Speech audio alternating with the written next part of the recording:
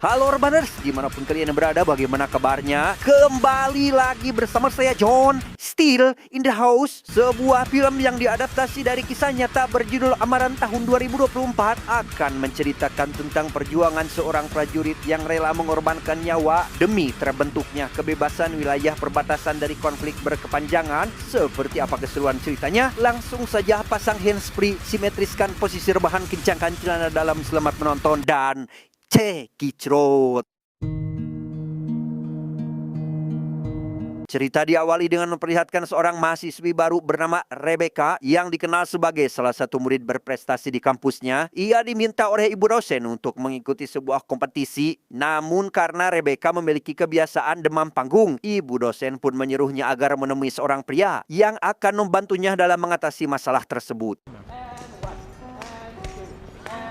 Mukundana. Nada. Dan kisah akan berfokus pada seorang mahasiswa bernama Mukun. Ini rarainya. Saat ini ia ditugaskan untuk membantu Rebecca dalam menguatkan mentalnya, di mana Mukun langsung mengajarkan bagaimana cara menguasai diri saat berada di atas panggung, hingga akhirnya Rebecca berani tampil di hadapan banyak orang dan memenangkan kompetisi tersebut.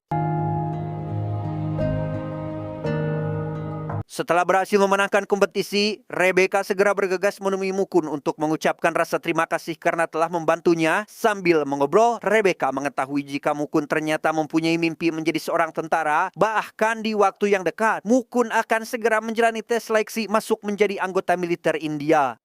வீட்டுக்கும் ஆர்மிக்கும் சம்பந்தமே கிடையாது. Keesokan harinya, Rebecca pergi ke kuil untuk berdoa, berharap Mukun diberikan kelancaran dalam menjalankan tes masuk militer. Cemas itu yang dirasakan oleh Rebecca saat ini karena Mukun tak kunjung memberikan kabar. Hingga pada akhirnya, ia mendapat telepon dari Mukun yang mengatakan bahwa dirinya telah berhasil lolos. Setelah berhasil lolos tes, Mukun kini harus rela meninggalkan keluarganya termasuk Rebecca, yakni orang yang paling dia cintai. Karena mulai saat ini, Mukun harus menjalani pelatihan berat selama beberapa bulan sebelum dirinya dilantik menjadi seorang prajurit.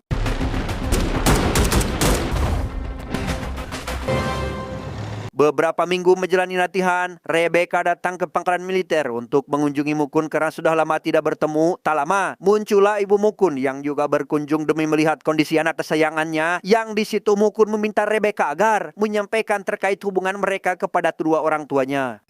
நீ உங்க வீட்ல நம்மளை பத்தி சொல்லி சும்மா கேட்டு பார்க்கறியா? Sepulangnya dari pangkalan militer, Rebecca menyampaikan terkait hubungannya dengan Mukun kepada sang ayah. Namun karena Mukun merupakan seorang prajurit, beliau pun meminta Rebecca agar melupakan pria tersebut sebab tak ingin membuat anaknya kesepian meskipun Mukun sendiri berasal dari keluarga baik-baik. അതങ്ങ് മറന്നേക്ക്. 18 bulan berlalu, Mukun akhirnya menjalani upacara pelantikan dan pengambilan sumpah prajurit. Di momen itu pula, ia tampak begitu gagah mengenakan seragam militer, terlebih saat lencana epaulet atau tanda pangkat kehormatan disematkan di pundaknya.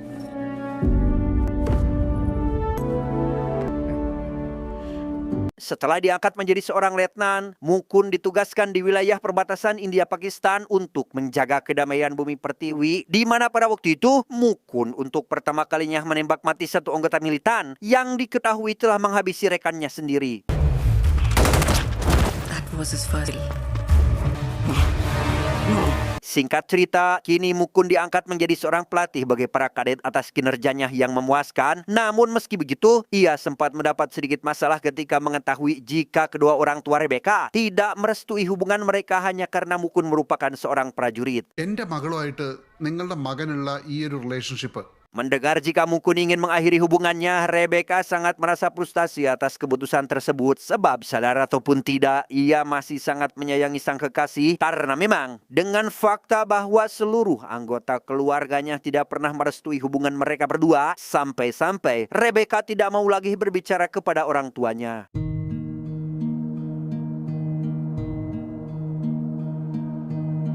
Tepat sebelum malam Natal, Mukun pergi ke rumah Rebecca untuk memperkenalkan diri kepada keluarganya. Di sana Mukun mendengar alasan ayah Rebecca tidak merestui hubungan mereka sebab beliau tidak ingin melihat anak kesayangannya merasa sedih mengingat pekerjaan Mukun yang harus rela mengorbankan waktu bahkan nyawa. നിനക്കറിയാത്ത ഒരുപാട് കാര്യങ്ങളുണ്ട്. Even my daughter doesn't know this. Dari alasan tersebut, Mukun berusaha meyakinkan si ayah dan berjanji akan menyayangi Rebecca seperti beliau menyayanginya. Bahkan ia juga mengatakan terhadap beliau untuk jangan pernah takut akan kematian, karena niscaya setiap orang yang bernyawa pasti akan meninggal, baik itu seorang prajurit ataupun warga biasa. Mendengar perkataan tersebut tentu membuat si ayah luluh dan merestui hubungan mereka berdua. Setelah menikah dan dikaruniai seorang anak, Mukun harus kembali bertugas untuk mengamankan kedaulatan negara. Namun karena saat ini pesawat yang ditumpanginya sedang transit, ia pun menyempatkan diri untuk bertemu dengan sang istri serta anaknya sebelum pergi ke wilayah Kashmir untuk melakukan pengawasan.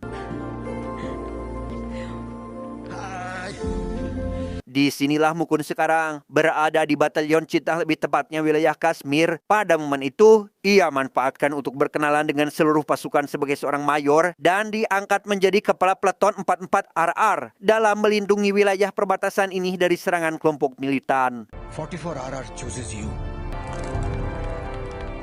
Tak lama, Mukun dipanggil oleh Pak Kolonel demi membahas mengenai salah satu kelompok militan dipimpin oleh orang bernama Sanjay. Usut punya usut, kelompok tersebut pernah melakukan penyerangan terhadap pasukan militer India yang bertugas di wilayah Kashmir, di mana saat ini Mukun diperintahkan untuk menangkap orang yang dimaksud karena diketahui jika Sanjay sedang merencanakan serangan besar-besaran terhadap India. 44 RR needs to get him before that. Setelah pembahasan selesai, Mukun mengumpulkan pasukan dan memberitahukannya terkait Batalion Cheetah yang memiliki satu target untuk dihabisi, yaitu Sanjay. Ia kemudian mengajak 2 orang anggota agar mengantarkannya mengelilingi wilayah perbatasan ini. Come. Sir यहाँ पे रेजिमेंट जैकले sir. Saat sedang berkeliling itulah, Mukun pergi menuju ke rumah keluarga Sanjay dan bertemu dengan ayahnya. Ia meminta beliau menghubungi sang anak agar lekas berhenti dari kelompok militan dan menyerahkan diri supaya wilayah perbatasan ini mendapatkan kebebasan. Namun karena si ayah menganggap bahwa anaknya adalah seorang pejuang pun, maka Mukun bertekad untuk menghabisi Sanjay saja demi terbebasnya wilayah Kashmir dari konflik berkepanjangan. Army ஒரு நாள் காஷ்மீரை விட்டு போகும். உங்க பையன் மாதிரி ஆளுங்க துப்பாக்கி துறதை நிறுத்துறாங்க. Dan inilah Sanjay, sosok ketua pasukan militan yang sedang diincar oleh Mukun beserta anggotanya. Orang ini selalu mendoktrin pria remaja Kashmir agar membenci serta memberikan perlawanan terhadap pasukan India demi mendapatkan kebebasan yang sudah lama dinantikan. Beberapa hari berselang, para prajurit Batalion Cheetah tampak sedang santai karena belum ada tugas pengawasan. Sementara itu, Mukun serta 1 orang prajurit tengah berduel dalam melatih keseimbangannya dan tiba-tiba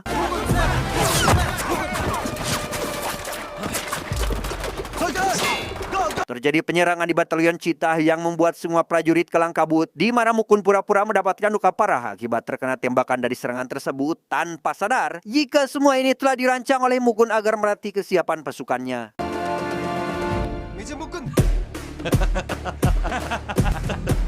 Tak lama, Mukun mendapat telepon dari Pak Kolonel memberitahukan terkait mantan ketua kelompok militan yang telah meninggal. Sadar jika Sanjay akan berada di rumah luka pun, Mukun beserta anggotanya ditugaskan segera melakukan penangkapan terhadap Sanjay, tetapi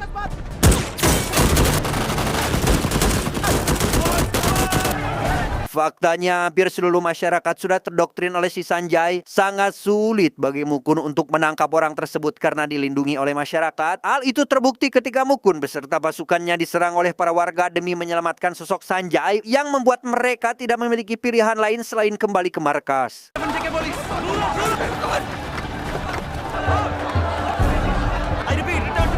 Gagal melakukan penangkapan terhadap Sanjay, Mukun mendapat informasi dari seorang intel mengenai keberadaan Sanjay dan kelompoknya di suatu desa. Ia langsung memberitahukan hal tersebut kepada Pak Kolonel untuk membahas terkait rencana penyerangan yang akan segera dilakukan karena ia telah mengirim beberapa orang menjadi mata-mata dalam kelompok tersebut.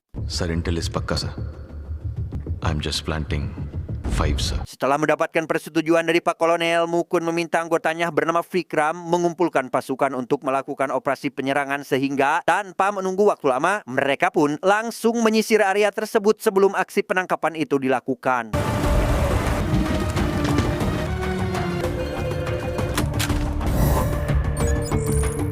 Tanpa sepengetahuan dari Sanjay, rupanya Mukun telah mengirim beberapa mata-mata ke dalam kelompok militan demi mengetahui apa yang sedang mereka rencanakan. Tapi ternyata penyamarannya terbongkar setelah Sanjay melihat ada sebuah tato serta penyedap suara di badan mereka, sehingga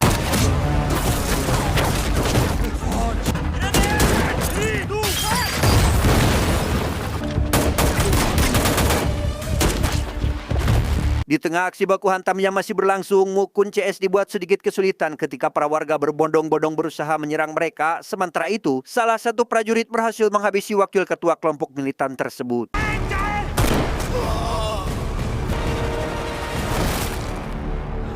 Melihat Sanjay melarikan diri ke area perkebunan, Mukun ditemani Vikram berusaha mengejar target agar dapat menghabisinya. Sadar jika Sanjay hanya memiliki satu magazin tersisa, Mukun pun berusaha memancing pelurunya agar segera habis demi bisa melancarkan serangan dan...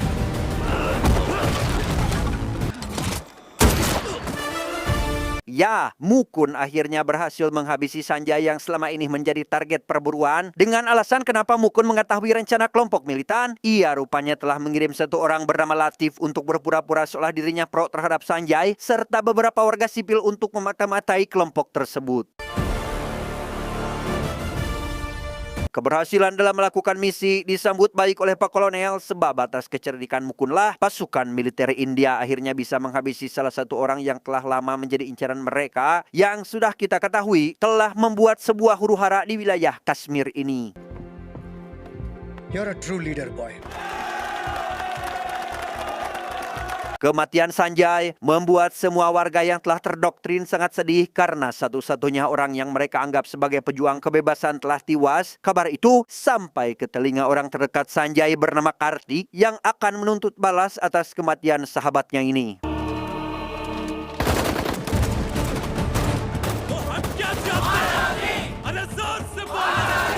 Sementara itu, Mukun pergi ke rumah Latif hendak memberikan uang senilai 15 lakh sebagai imbalan atas bantuan kemarin. Namun Latif menolak uang tersebut dan mengaku bahwa biaya tunjangan yang diberikan oleh Mukun sudah cukup untuk menafkahi seluruh anggota keluarganya. Karena memang tujuan Latif membantu Mukun demi agar orang lain tidak pernah merasakan penderitaan seperti yang pernah dialami saudaranya. I'm sorry, Latif. Di sana Latif mengungkapkan bahwa saat dirinya berada di dalam kelompok militan, ada satu orang komandan yang tak lain adalah Kartik memberikan berbagai pelatihan khusus terhadap para pemuda Kashmir, di mana Latif menganggap jika Kartik adalah sosok yang berbahaya, meski ia sendiri tidak tahu persis seperti apa wajahnya karena selalu memakai penutup wajah dimanapun ia berada. मैं विष्णु सुख के तेमसोस आसान हमेशा මොකද පදතේ ලියම්. Mendengar ada suara aneh yang berasal dari kandang sapi, Latif pun dengan cepat memeriksa kalau ada orang yang mencuri hewan peliharaannya. Namun ia malah dikejutkan dengan kehadiran Kartik yang ternyata sudah mengetahui bahwa dirinya telah berpihak kepada pasukan India, sehingga Kartik memutuskan menghabisi Latif karena dianggap telah membelot.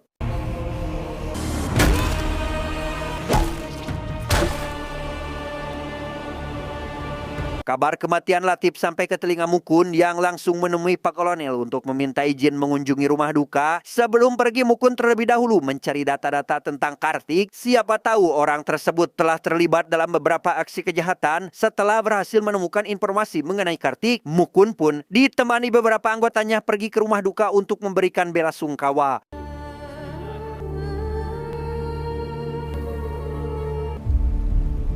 Sepulangnya dari rumah duka, para anggota berusaha menghibur Mukun yang tampak murung setelah kematian Latif. Namun tepat saat mereka sedang bercanda riang, tiba-tiba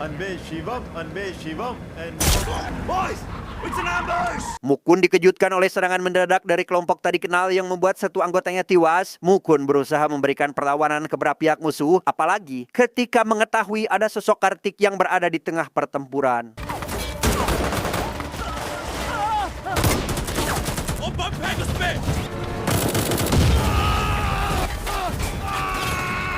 Di tengah aksi baku tembak itulah, Mukun CS dibuat kesulitan ketika pihak musuh terus-menerus melancarkan serangan. Bahkan sebisa mungkin mereka kemudian berupaya untuk memberikan perlawanan, tetapi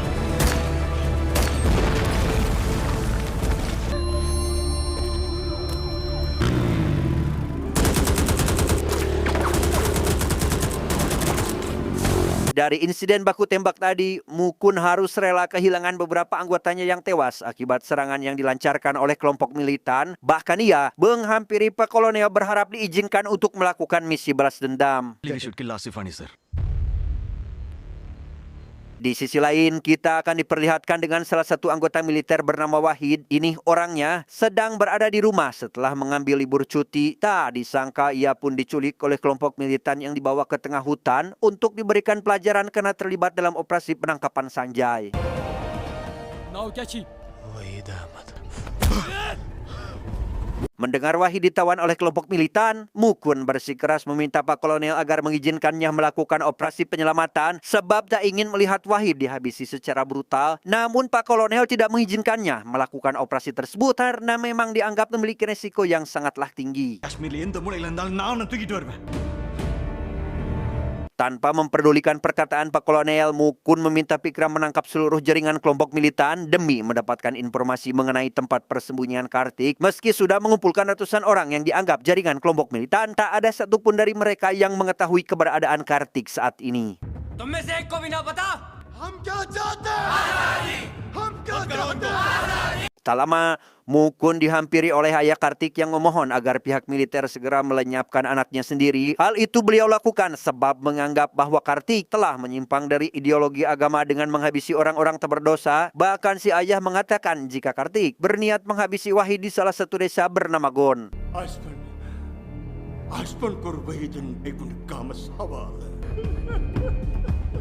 Singkat cerita, esok hari pun Caang. Wahid dianggap pengkhianat oleh kelompok militan karena telah bergabung menjadi tentara India. Di hadapan para warga, Wahid akan menerima hukuman mati atas kesalahan yang telah dilakukannya. Tanpa mereka sadari, Mukun CS telah menyamar menjadi warga sipil untuk melakukan misi penyelamatan sehingga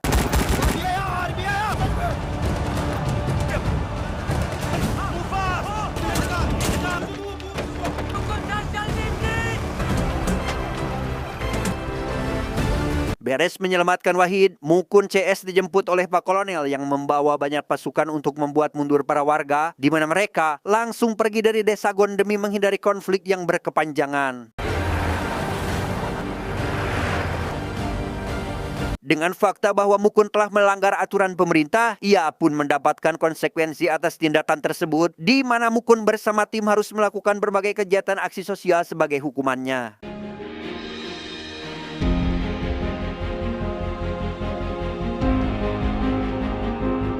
Setelah selesai menjalani hukuman, Mukun yang saat itu sedang melakukan latihan secara tak sengaja tertembak oleh salah satu anggota sehingga ia harus segera dilarikan ke rumah sakit demi segera mendapatkan perawatan yang intensif.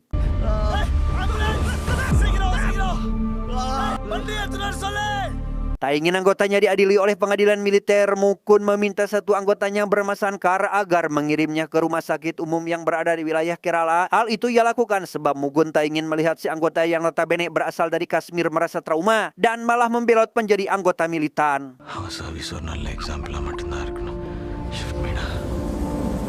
Disinilah Mukun sekarang sedang mendapatkan perawatan dari mertuanya yang merupakan seorang dokter. Ia meminta beliau merahasiakan ini semua dari Rebecca sebab tak ingin wanitanya tersebut merasa khawatir. You rest. I'll see you later. Malam harinya Mukun berniat memberikan kejutan terhadap sang istri dan anaknya karena sudah lama tidak pulang tanpa sedikit pun memberitahu kondisinya saat ini. Dan kejutan itu tentu membuat Rebecca sangat senang akan kepulangan sang suami yang sudah lama dinantikan. Baru saja merasa senang, Rebecca malah dibuat khawatir ketika mengetahui bahwa sang suami mendapatkan luka tembak. Yang di situ, Mukun berusaha menenangkan sang istri agar tidak pernah mengkhawatirkan kondisinya. Karena memang itu sudah pasti menjadi resiko seorang tentara. Bahkan ia juga memohon untuk jangan menangis di depan semua orang jika saja dirinya nanti meninggal saat sedang menjalankan misi. Selama masa pemulihan, Mukun menyempatkan diri menghabiskan waktu bersama keluarga kecilnya di mana momen tersebut direkam oleh Rebecca sebagai kenang-kenangan karena diketahui Mukun terlalu sibuk dengan pekerjaannya saat ini. Setelah pulih, Mukun langsung berangkat menuju Kashmir demi menjalankan tugas pengamanan di wilayah perbatasan. Ia disambut dengan sebuah berita tentang sosok pendiri kelompok militan yang dianggap hilang kini telah kembali untuk mengganggu jalannya pemilu di wilayah Kashmir. You will lead this. Roger, sir. Good. Tak lama Mukun CS langsung menjalankan aksi pengamanan terhadap para anggota militan sebelum pemilu dilaksanakan, bahkan menempelkan poster berisi wajah Kartik di beberapa desa yang berada di Kashmir. Tibalah hari pemungutan suara di wilayah Kashmir, acara tersebut berjalan kondusif berkat bantuan Mukun CS yang melakukan pengamanan. Namun alih-alih merasa senang, Mukun justru malah menerima kabar buruk mengenai bus membawa kertas suara yang mendapat penyerangan dari pasukan kelompok militan. Dari informasi tersebut, Mukun CS langsung bergegas menuju ke lokasi kejadian demi memastikan kondisi para warga yang terdampak. Ia mendengar jika Kartik adalah pelaku penyerangan terhadap pembawa kertas suara. Bahkan yang lebih parahnya lagi, Kartik menghabisi orang-orang tak berdosa hanya karena berpihak kepada pemerintah India.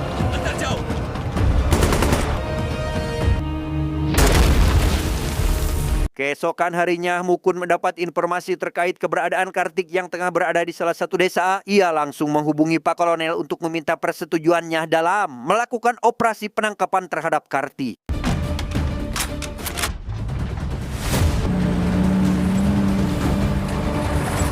Setibanya di lokasi, Mukun membawa ayah Kartik, siapa tahu bisa membujuk anaknya agar menyerahkan diri. Namun bukannya mikir, Kartik tidak sedikit pun memperdulikan perkataan ayahnya dan malah melancarkan sebuah serangan.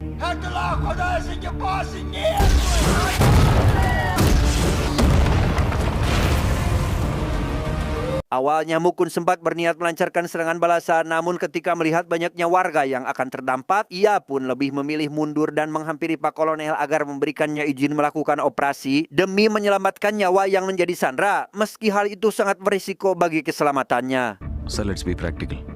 சுத்தி 1300 பேர் இருக்காங்க. எல்லாமே families, நிறைய குழந்தைங்க.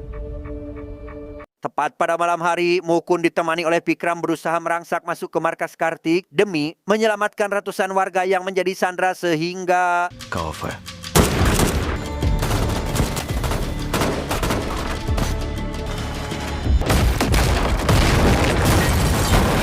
di tengah baku tembak yang masih berlangsung, Mukun berhasil mengevakuasi seluruh sandera dari tangan kelompok militan dan kemudian kembali menyisir area tersebut untuk berusaha menghabisi Kartik sampai akhirnya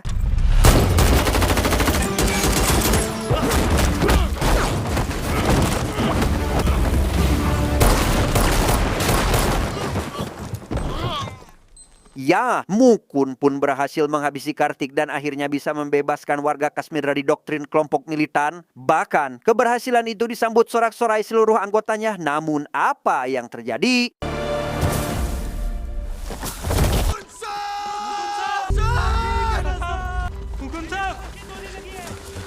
Naas, Mukun harus gugur di medan perang setelah terkena satu tembakan yang dilayangkan oleh Kartik. Pak Kolonel yang melihat hal itu pun tentu merasa sangat sedih dan meminta salah satu anggota agar memberitahukan terkait berita duka ini kepada keluarga sang pahlawan negara. Inform his family. Sementara itu, Rebecca dihampiri saudaranya untuk memberitahukan terkait kematian sang suami setelah terlibat baku tembak dengan Kartik, di mana berita itu tentu membuat Rebecca sangat sedih karena tidak menyangka akan kepergian sang suami yang secepat ini.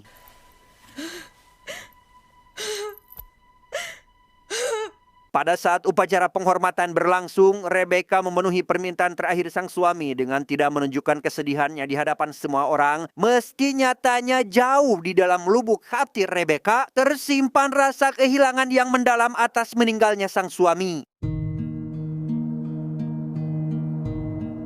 Berkat keberaniannya, mendiang Mayor Mukun dianugerahi penghargaan dari negara yang diberikan langsung kepada Rebecca. Bahkan secara khusus dibuatkan sebuah patung sebagai bentuk penghormatan terhadap perjuangan serta keberanian dalam membela kebebasan warga Kashmir.